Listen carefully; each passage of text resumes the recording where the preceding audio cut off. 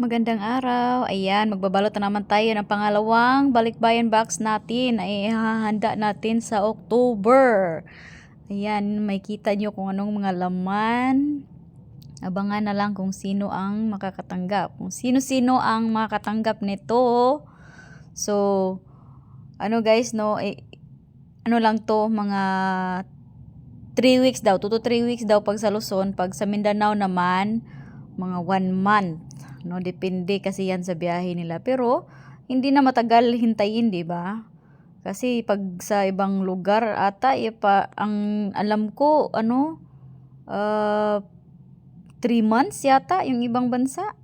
Dito sa Korea, ang alam ko sa cargo na pinili ko, 2 to 3 weeks daw pag sa Luzon, no? Ayan, makikita niyo yung mga